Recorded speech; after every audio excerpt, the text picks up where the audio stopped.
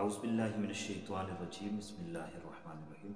मुअज़्ज़ज़ व मुकर्रम नाज़रीन इकराम, अस्सलामु अलैकुम व रहमतुल्लाहि व बरकातुहू। उम्मीद है कि आप सब खैर व आफ़ियत से होंगे। आज की वीडियो में हम बात करेंगे कि कुरान करीम की एक मुख्तसर सी सूरत, छोटी सी सूरत, जो बड़ा तो बड़ा है, छोटों को भी याद है, और आप नमाज के अंदर उस सूरत को पढ़ते भी हैं, जिस सूरत को सूरह इखलास कहा जाता है।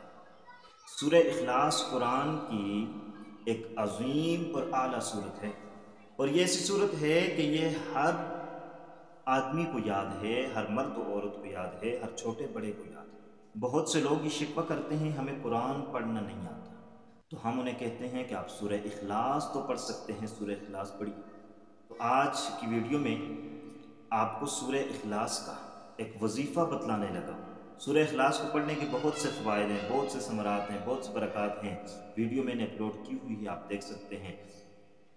लेकिन आज एक अलग वजीफ़ा मैं आपको बतलाने लगा हूँ, और वो वजीफ़ा आपने कैसे करना है, उसके लिए आपने अपने सर पर हाथ रख कर करना है, वो मैं पूरा आपको बताता हूँ। उससे पहले आप सूरह इखलास को भी सुनिए और सूरह इखलास का तर्जुमा भी सुनिए, क्योंकि जिस वक़्त आप ये अमल कर रहे होंगे उस वक़्त आपको सूरह इखलास के अल्फाज का आना भी ज़रूरी है और तर्जुमे का ज़हन के अंदर होना भी ज़रूरी है।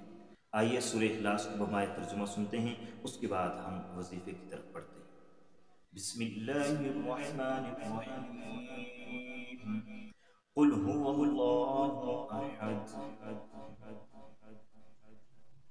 अल्लाहुस समद, लम यलिद वलम यूलद वलम यकुल लहू कुफुवन अहद। ए पैगंबर कह दीजिए कि अल्लाह एक है, अल्लाह बेनियाज है, न वो किसी की औलाद है न उसकी कोई औलाद है, और उसका कोई हमसर और सांझी नहीं है। आप जब ये वजीफ़ा करेंगे तो आपने अपने सर पर हाथ रखना है, और हाथ रखने के बाद आपने सूरह इखलास को 7 मरतबा पढ़ना है।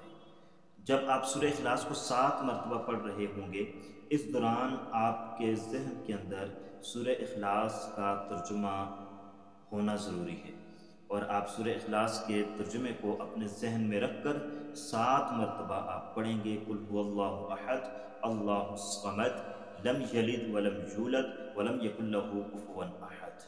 अगर आप ये वजीफ़ा कर लेते हैं, आपको फ़ायदा क्या होगा?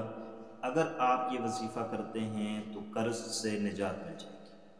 जो आदमी मकरूज़ है, उस पर कर्ज़ है, कर्ज़ वाले तंग करते हैं, तो उसको चाहिए कि ये वजीफ़ा करे। इस वजीफ़े को इसी तरीके से करें, इंशाअल्लाहुल अज़ीज़ अल्लाह गैबी मदद फरमाएंगे और गैब से कर्ज़ की अदायगी का सबब पैदा फरमाएंगे। दूसरे नंबर पर इस वजीफ़े को करने वाले को ये फ़ायदा होगा कि दुश्मनी से निजात, अगर दुश्मनी का ख़तरा है या किसी से दुश्मनी है और कोई खौफ है, तो इंशाअल्लाहुल अज़ीज़ दुश्मनी का ख़तरा टल जाएगा, दुश्मन से हिफाजत हो जाएगी।